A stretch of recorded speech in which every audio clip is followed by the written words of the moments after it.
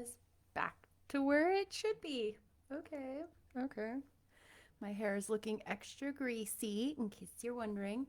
I wanted to give a shout out to my listeners in California. Hey, friends. I got a couple people over there who like to listen. Hey, I want to know more about you. What you doing? In my family, we have a gross tummy bug going around. Not very fun. Not very fun. But life, right? And grateful it's not the C word. If you know what I mean. But anyway, this is part 2 of chapter 34. If you remember, I broke it up into 2 parts. I'm going to start just 2 paragraphs before. If I can find it. There we go. Just 2 paragraphs before so that we can get into it a little bit. Remember, Jane has received a letter from Mrs. Oh, no.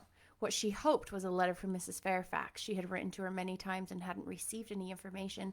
And she got a letter back finally today and was super excited. And it was from Mr. Briggs. And it was only informational, something really inconsequential. And she was really disappointed, and it brought tears to her eyes. And she was struggling to hold herself together while she was having a lesson with Sinjin. And Sinjin speaks to her by saying, "We'll wait a few minutes, Jane, till you are more composed." And while I smothered the paroxysm with all haste, he sat calm and patient, leaning on his desk and looking like a physician watching with the eye of science an expected and fully understood crisis in a patient's malady.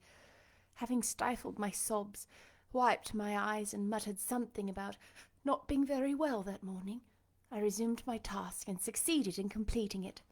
St. John put away my books and his, locked his desk and said, "Now, Jane, you will take a walk with me." "I will call Diana and Mary." "No, I want only one companion in you this morning, and that will be all. Put on your things and go out by the kitchen door. Take the road towards the head of Marsh Glen. I will join you in a moment." I know no medium. I never in my life have known any medium in my dealings with positive, hard characters, antagonistic to my own, between absolute submission and determined revolt. I have always faithfully observed the one, up to the very moment of bursting sometimes with volcanic vehemence, into the other, and as neither present circumstances warranted, nor my present mood inclined me to mutiny, I observed carefully obedience to St. John's directions, and in 10 minutes I was treading the wild track of the glen, side by side with him. The breeze was from the west. It came over the hills, sweet, the sense of heath and rush. The sky was of stainless blue. The stream descending the ravine swelled with past spring rains, poured along plentiful clear, catching gold gleams from the sun, and sapphire tints from the firmament. As we advanced and left the track, we trod on soft turf, mossy fine and emerald green, minutely enamelled with tiny white flower, and spangled with a star-like yellow blossom. The hills, meantime, shut us quite in, for the glen, towards its head, wound to their very core. "Let us rest here," said St. John, as we reached the first stragglers of the battalion of rocks, guarding a sort of pass beyond which the beck rushed down a waterfall, and where, still a little farther, the mountain shook off turf and flower, had only heath for raiment and crag for gem, where it exaggerated the wild to the savage, and exchanged the fresh for the frowning, where it guarded the forlorn hope of solitude and a last refuge for silence. I took a seat. St. John stood near me. He looked up the pass and down the hollow. His glance wandered away with the stream. I returned to traverse the unclouded heaven which coloured it. He removed his hat, let the breeze stir his hair and kiss his brow. He seemed in communion with the genius of the haunt. With his eye he bade farewell to something. "And I shall see it again," he said aloud, in dreams when I sleep by the Ganges, and again in more remote hour, when another slumber overcomes me on the shore of a darker stream. Strange words of a strange love, an austere patriot's passion for his fatherland. He sat down. For half an hour we never spoke, neither he to me nor I to him. That interval past, he recommended. "Jane, I go in 6 weeks. I have taken my berth in an East Indiaman which sails on the 20th of June. God will protect you, for you have undertaken his work," I answered. "Yes," said he, "there is my glory and joy. I am a servant of an infallible master. I am not going out under human guidance, subject to the defective laws and daring control of my feeble fellow-worms. My king, my lawmaker, my captain is the all-perfect. It seems strange to me that all round me do not burn to enlist under the same banner, to join in the same enterprise. All have not your powers, and it would be folly for the feeble to wish to march with the strong. I do not speak to the feeble, or think of them. I address only such as are worthy of the work, and competent to accomplish it. Those are few in number, and difficult to discover." "You say truly. But when found, it is right to stir them up, to urge and exhort them to the effort, to show them what their gifts are, and why they were given, to speak heaven's message into their ear, to offer them direct from God a place in the ranks of his chosen." "If they are really qualified for the task, will not their own hearts be the first to inform them of it?" I felt as if an awful charm was framing round and gathering over me. I trembled to hear some fatal word spoken which would at once declare and rivet the spell. "And what does your heart say?" demanded St. John. My heart is mute.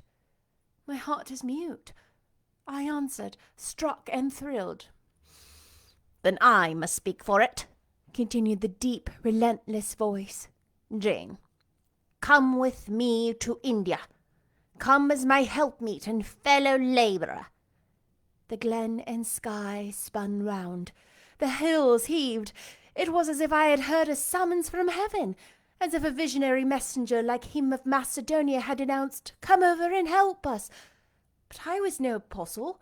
I could not behold the herald. I could not receive his call. "Oh, St. John," I cried, "have some mercy." I appealed to one who, in the discharge of what he believed his duty, knew neither mercy nor remorse. He continued, "God and nature intended you for a missionary's wife. It is not personal, but mental endowments they have given you. You are formed for labour, not for love. A missionary's wife you must, shall be. You shall be mine. I claim you, not for my pleasure, but for my sovereign's service." "I am not fit for it. I have no vocation," I said.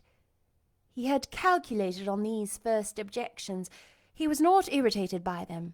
Indeed, as he leaned back against the crag behind him, folded his arm on his chest, and fixed his countenance, I saw he was prepared for a long and trying opposition, and had taken in a stock of patience to last him to its close, resolved, however, that close should be conquest for him. "Humility, Jane," said he, "is the groundwork of Christian virtues. You say right that you are not fit for the work. Who is fit for it? Or who, that ever was truly called, believed himself worthy of the summons? I, for instance, am but dust and ashes. With St. Paul, I acknowledge myself the chiefest of sinners, but I do not suffer this sense of my personal villainous to daunt me. I know my leader, that he is just as well as mighty, and while he has chosen a feeble instrument to perform his great task, he will, from the boundless stores of his providence, supply the inadequacy of the means to the end. Think like me, Jane. Trust like me. It is the rock of ages I ask you to lean on. Do not doubt, but it will bear the weight of your human weakness. I do not understand a missionary's life. I have never studied missionary labours. There I, humble as I am, can give you the aid you want. I can set you your task from hour to hour, stand by you always, help you from moment to moment. This I could do in the beginning soon, for I know your powers. You would be as strong and apt as myself, and would not require my help. But my powers, where are they for this undertaking? I do not feel them. Nothing speaks or stirs in me while you talk. I am sensible of no light kindling, no life quickening, my voice counselling or cheering. Oh, I wish I could make you see how much my mind is at this moment like a rayless dungeon, with one shrinking fear fettered in its depths, the fear of being persuaded by you to attempt what I cannot accomplish. I have an answer for you. Hear it. I have watched you ever since we first met. I have made you my study for 10 months, and you have proved in time by sundry tests. What have I seen and elicited? In the village school I found you could perform well, punctually, uprightly, labour uncongenial to your habits and inclinations. I saw you could perform it with capacity and tact. You could win while you controlled. In the calm with which you learnt you had become suddenly rich, I read a mind clear in the voice of Damas. Lucre had no undue power over you. In the resolute readiness in which you cut your wealth into 4 shares, keeping but one for yourself, and relinquishing the 3 others to the claim of abstract justice, I recognized a soul that revelled in the flame of excitement of sacrifice. In the tractability with which, at my wish, you forsook a study in which you were interested, and adopted another because it interested me. In the untiring assiduity with which you have since persevered in it, in the unflagging energy and unshaken temper with which you have met its difficulties, I acknowledge the complement of the qualities I seek. Jane, you are docile, diligent, disinterested, faithful, constant, and courageous, very gentle and very heroic. Cease to mistrust yourself. I can trust you unreservedly. As a conductress of Indian schools and a helper amongst Indian women, your assistance will be to me invaluable. My iron shroud contracted round me. Persuasion advanced with slow, sure step. Shut my eyes as I would, these last words of his succeeded in making the way, which had seemed blocked up, comparatively clear. My work, which had appeared so vague, so hopelessly diffuse, condensed itself as he proceeded and assumed a definite form under a shaping hand. He waited for an answer. I demanded a quarter of an hour to think before I again hazarded a reply. "Very willingly," he rejoined, and rising, he strode a little distance up the pass, threw himself down on a swell of heath, and there lay still.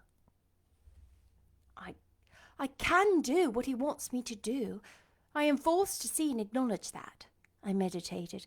That is, if life be spared me. But I feel mine is not the existence to be long protracted under the Indian sun. What then? He did not care for that. When my time came to die, he would resign me in all serenity and sanctity to the God who gave me. The case is very plain before me. In leaving England, I should leave a loved but empty land. Mr. Rochester is not there, and if he were, what can that ever be to me? My business is to live without him now. Nothing so absurd, so weak as to drag on from day to day as if I were waiting some impossible change in circumstances which might reunite me to him. Of course, as St. John once said, I must seek another interest in life to replace the one lost. Is not the occupation he now offers me truly the most glorious man can adopt or God assign? Is it not by its noble cares and sublime results the one best calculated to fill the void left by uptorn affections and demolished hopes?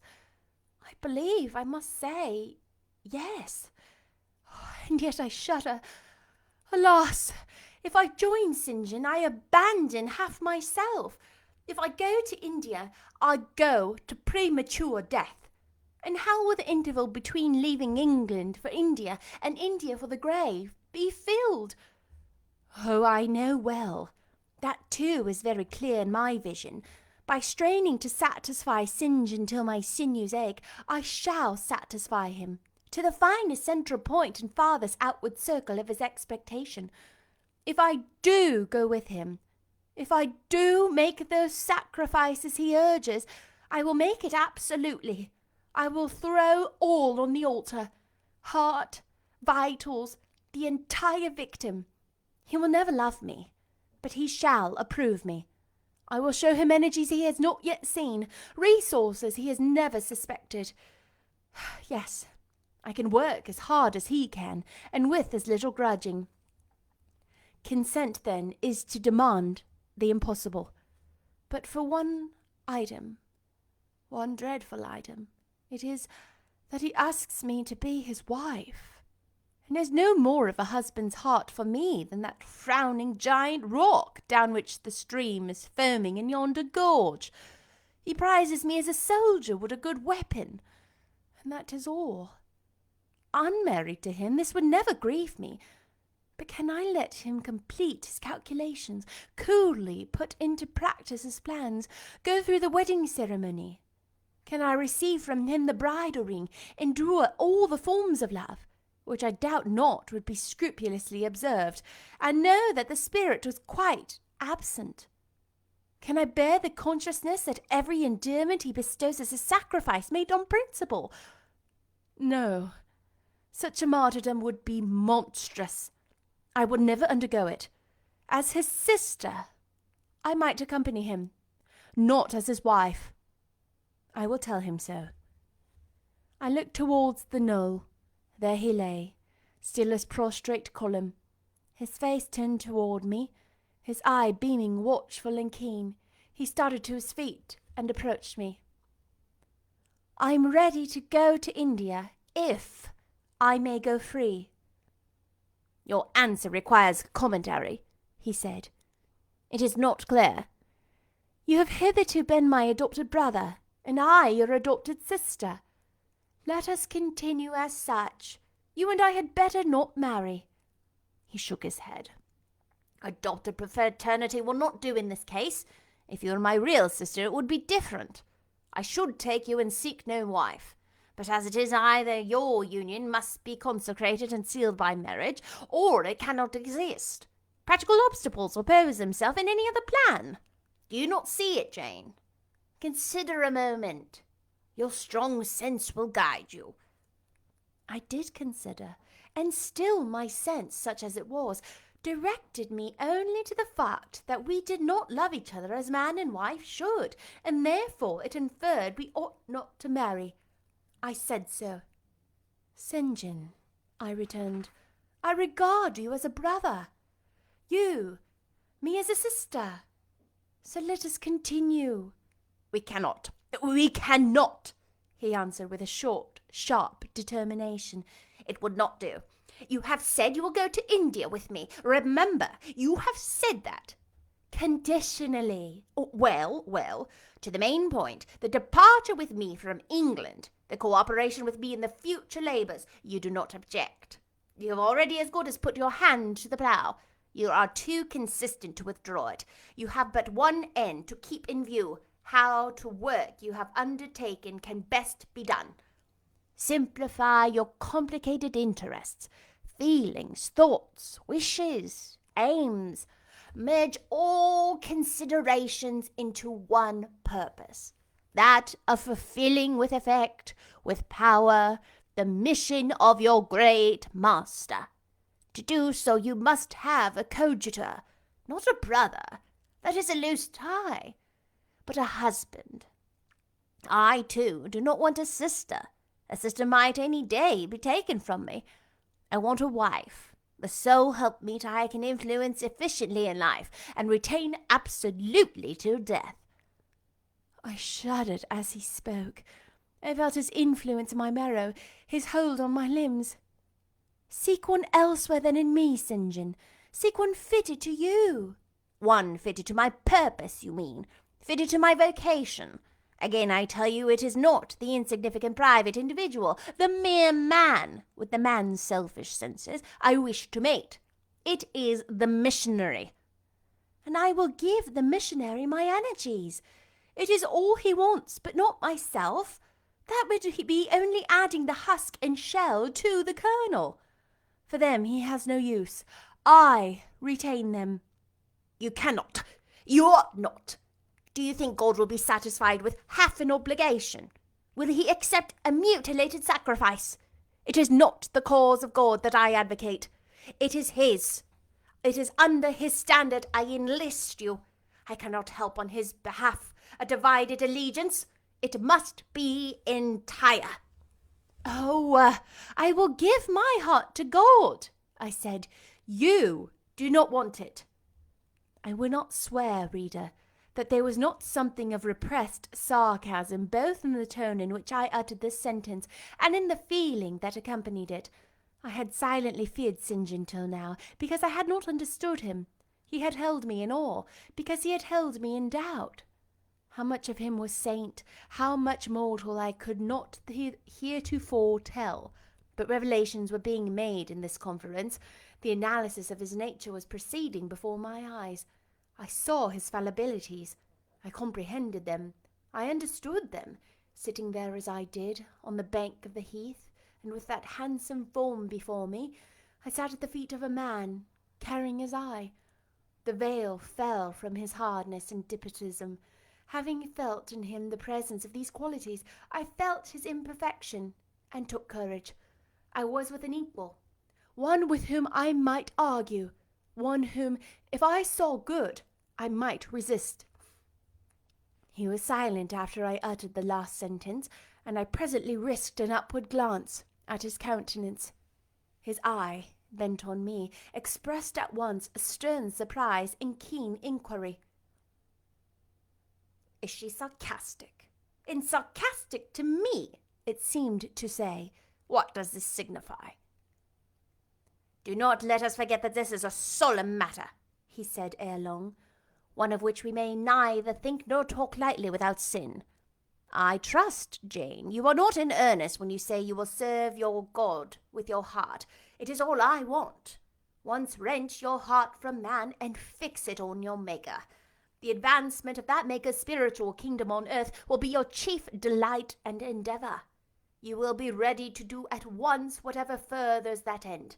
You will see what impetus would be given to your efforts and mine by our physical and mental union in marriage, the only union that gives a character of permanent conformity to the destinies and designs of human beings, and, passing over all minor caprices and trivial difficulties and delicacies of feeling, all scruple of the degree, kind strength or tenderness of mere personal inclination, you will hasten to enter into that union at once." "Shall I said briefly.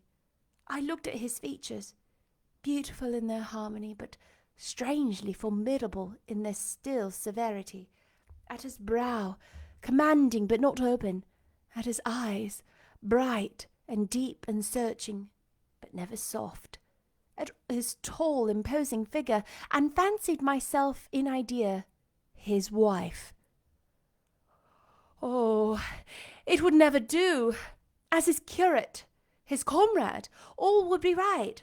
I would cross oceans with him in that capacity, toil under eastern suns, in Asian deserts with him in that office, admire and emulate his courage and devotion with vigour, accommodate quietly to his masterhood, smile undisturbed at his ineradicable ambition, discriminate the Christian from the man, profoundly esteem the one and freely forgive the other.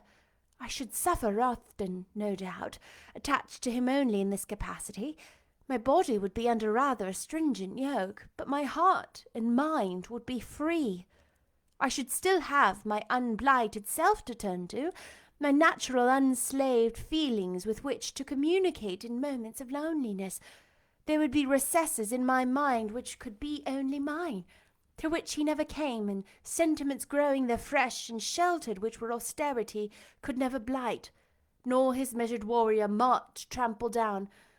But as his wife, at his side always and always restrained and always checked, forced to keep the fire of my nature continually low, to compel it to burn inwardly and never utter a cry, though the imprisoned flame consume vital after vital, this would be unendurable.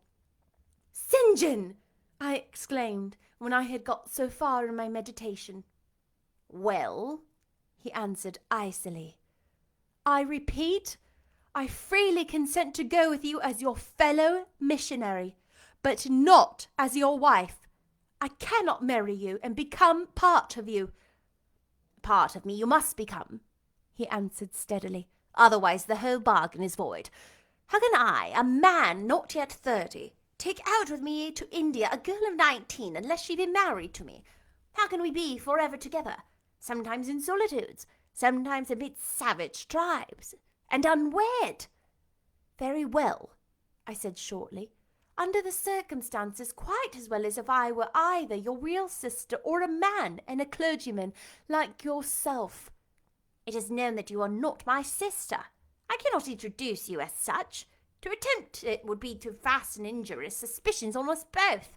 And for the rest, though you have a man's vigorous brain, you have a woman's heart, and it would not do. It would do, I affirmed with some disdain. Perfectly well. I have a woman's heart, but not where you are concerned.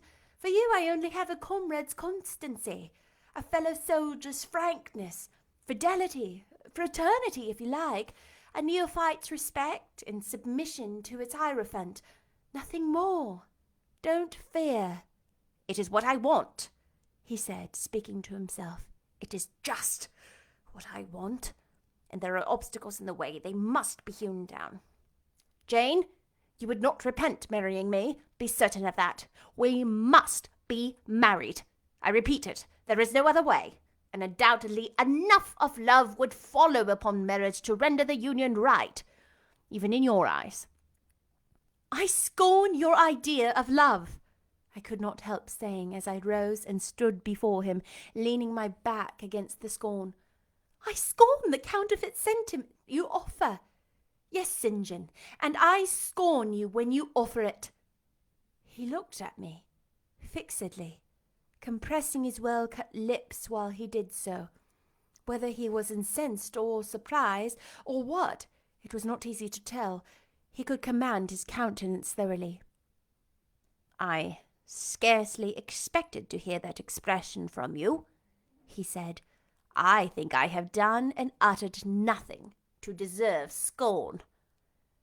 I was touched by the gentle tone and overawed by his calm, high mien. Forgive me the words, St. John, but it is your own fault that I have been roused to speak so unguardedly. You have introduced a topic on which our natures are at variance, a topic which we should never discuss. The very name of love is an apple of discord between us. If the reality were required, what should we do? How should we feel? My dear cousin, abandon your scheme of marriage. Forget it. No, said he. It is a long-cherished scheme, and the only one which can secure my great end. But I shall urge you no further at present. Tomorrow I leave home for Cambridge. I have many friends there whom I wish and say good-bye to. I shall be absent a fortnight. Take that space of time to consider my offer, and do not forget that if you reject it, it is not me you deny, but God. Through my means he opens to you a noble career. As the wife only can, you enter upon it. Refuse to be my wife, and you limit yourself ever to track of selfish ease and barren obscurity. Tremble lest in that case you should be numbered with those who have denied the faith and are worse than infidels. He had done, turning from me, he once more looked to river, looked to hill, but this time his feelings were all pent in his heart. I was not worthy to hear them uttered. As I walked by his side homeward, I read well in his eye and silence all he felt towards me, the disappointment of an austere and despotic nature which has met resistance where it expected submission, the disapprobation of a cool, inflexible judgment which has detected in another feelings and views in which it has no power to sympathize. In short, as a man, he would have wished to coerce me into obedience. It was only as a sincere Christian he bore so patiently with my perseverity, and all longed with long and space for reflection and repentance. That night, after he had kissed his sisters, he thought proper to forget, even to shake hands with me, but left the room in silence. I, who, though I had no love, had much friendship for him, was hurt by the marked omission, so much hurt that tears started to my eyes. I see you and St. John have been quarrelling, Jane, said Diana, during your walk on the moor, but go after him. He is now lingering in the passage expecting you. He will make it up. I have not much pride under such circumstances. I would always rather be happy than dignified, and I ran after him. He stood at the foot of the stairs. "Good night, St. John," said I. "Good night, Jane," he replied calmly. "Then shake hands." What a cold, loose touch he impressed on my fingers. He was deeply displeased by what had occurred that day. Cordiality would not warm, nor tears move them. No happy reconciliation was to be had with him, no cheering smile or generous word.